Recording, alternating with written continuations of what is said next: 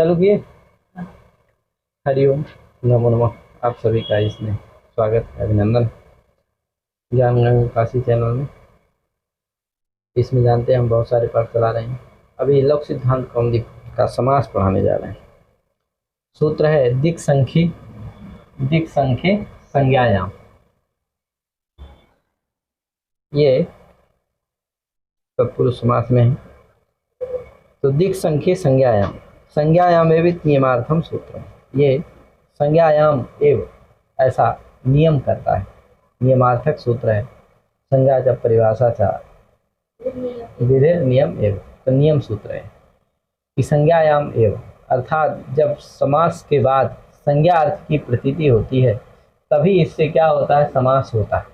जहाँ संज्ञा अर्थ की प्रतीति नहीं होती वहाँ इससे समास नहीं होता। ठीक है, तो समास होता है किसका होता है, दिक् संख्ये लिखा ही है यहाँ। दिक् संख्या चाहिए थी, दिक् संख्ये, लेकिन समस्त प्रथमांत पद है और संज्ञायाम क्या है, सप्तमांत पद। संज्ञायाम एव यानी संज्ञा अर्थ की प्रतीति होने पर ही क्या करता है, समास करता है। किसका करता है भैया, तो दिक् संख्या, दिक्वाचक का और संख्यावाचक का समर्थ सुबंत के साथ समास करता है। ठीक है नहीं, तो दिक् प्रकृतिकम सुबंतम संख्या प्रकृतिकं च सुबंतम समर्थेन सुबंतेन सहवा समस्यते संज्ञायाम एव सच तत्पुरुष। है कि नहीं, संज्ञायाम एव जब संज्ञा अर्थ की प्रतीति हो तभी। अब देखो जैसे उदाहरण दिया, इसका क्या दिया भैया, पूर्वेषु काम समी सप्तर्षया। दो उदाहरण, पूर्वेषु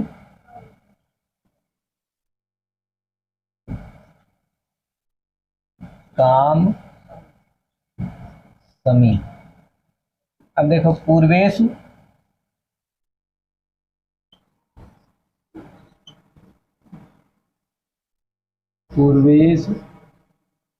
और इषु काम समी, इषु काम समी इति पूर्वेषु काम समी। है कि नहीं, पूर्वेषु काम समी, तो पूर्वेषु इषु काम समी इति पूर्वेषु काम समी, यहाँ समास हो जाएगा।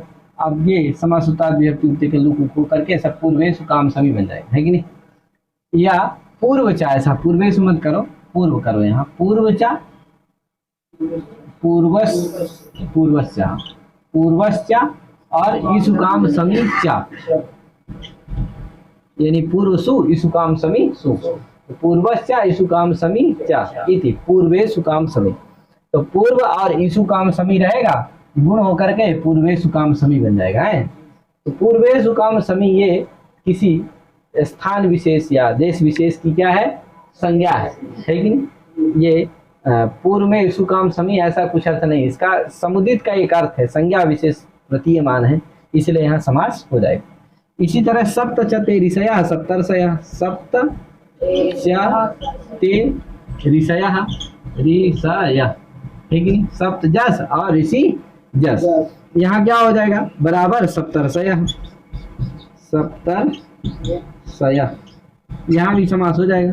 क्यों, सप्तर्षया जो 7 ऋषियों का समूह विशेष है उसी का नाम है क्या, सप्तर्षि। उन्हीं को सप्तर्षि कहते हैं, सभी को नहीं कहते। अगर 7 ऋषि ऐसे कोई आ जाए तो उनको क्या नहीं कहेंगे, सप्तर्षि नहीं कहेंगे। दुर्वासा आदि 7 उसमें ऋषि है, विशेष है, उन्हीं को क्या कहा जाता है, सप्तर्षि कहा जाता है। अच्छा, सप्तर्षि क्या है, वो जो 7 ऋषि विशेष है उनकी संज्ञा है, उनका नाम है। अतः यहाँ क्या हो जाएगा, संज्ञा अर्थ की प्रतीति है। अतः पूर्व में क्या था, संख्या दिग्वाचक था, उसका समर्थ सुबंध के साथ समास हो गया इषु काम समी के साथ।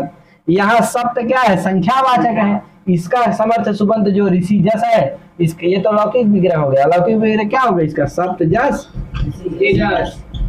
सप्त जस और ऋषि जस। यहाँ क्या हो जाएगा, सप्त जस का संख्यावाचक प्रकृति समर्थ सुबंध का समर्थ सुबंध के साथ समास हो जाएगा, ऋषि जस के साथ सब विभक्ति लू करके क्या बन जाएगा, सप्तर्षया बन जाएगा। ठीक है भैया, ये क्या हो गया, दिक् संख्ये संज्ञायाम, यही है संज्ञायाम एव इति नियमार्थम सूत्र। यानी संज्ञा अर्थ की प्रतीति हो, समास से यदि संज्ञा अर्थ की प्रतीति हो तभी क्या होता है, समास होता है। यदि संज्ञा अर्थ की प्रतीति ना हो तो समास की प्रतीति नहीं। दो जगह हुआ, पूर्वेश काम समी में हुआ और सप्तर्षया में, इसीलिए यहाँ समास हो गया।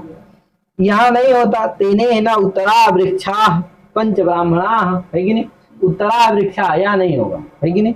उत्तर में जो वृक्ष है कोई भी हो सकते हो, उत्तरा वृक्षा, यहाँ समास नहीं होगा। क्यों? उत्तर में कोई भी वृक्ष हो सकते हैं, जरूरी नहीं है कि ये क्या है उत्तर वृक्ष, उन वृक्षों का नाम है उत्तर, ऐसी बात नहीं है, संज्ञा है, ऐसी बात नहीं है। उत्तर में जो भी, उत्तर दिशा में जो भी वृक्ष है उनको क्या कहा जा सकता है, उत्तरा वृक्षा कहा जा सकता है, इसलिए संज्ञा नहीं है, यहाँ संज्ञा अर्थ की प्रतीति नहीं, इसीलिए उत्तरा का वृक्षादि के साथ समास नहीं होगा। इसी तरह पंच ब्राह्मणा, पंच ब्राह्मणा, यहाँ भी 5 ब्राह्मण कोई भी हो सकते हैं, 5 ब्राह्मणों का नाम नहीं है, कोई पंच ब्राह्मण नाम का कोई समूह नहीं है, संज्ञा विशेष नहीं है, इसीलिए यहाँ भी समास नहीं होगा। जैसे वहां सप्तर्षया, सप्त ऋषियों का संज्ञा थी, सप्तर्षि क्या है, संज्ञा है, संज्ञा पद है, संज्ञा अर्थ की प्रतीति है, लेकिन यहाँ पंच ब्राह्मणा से कोई संज्ञा विशेष की प्रतीति नहीं, कोई भी पंच ब्राह्मण हो सकते हैं। क्या पंच ब्राह्मणा संधिताम तान आना है कि नहीं, वो 5 ब्राह्मण है उनको ले आओ, कोई भी हो, है कि नहीं, इसलिए संज्ञा अर्थ की प्रतीति नहीं, इसलिए यहाँ समास नहीं होगा। ठीक है ना भैया।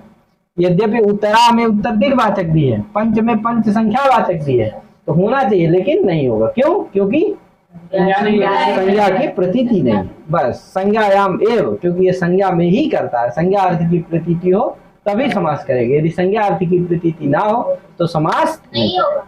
तो नहीं हुआ, नहीं हुआ तो बना रहा, इसे व्यस्त प्रयोग बना रहा, पंच ब्राह्मणा उत्तरा वृक्षा, कहे उत्तरा वृक्षा पंच ब्राह्मण, पूर्वेशु काम समी यहाँ हो गया, सप्तर्षया यहाँ भी हो गया।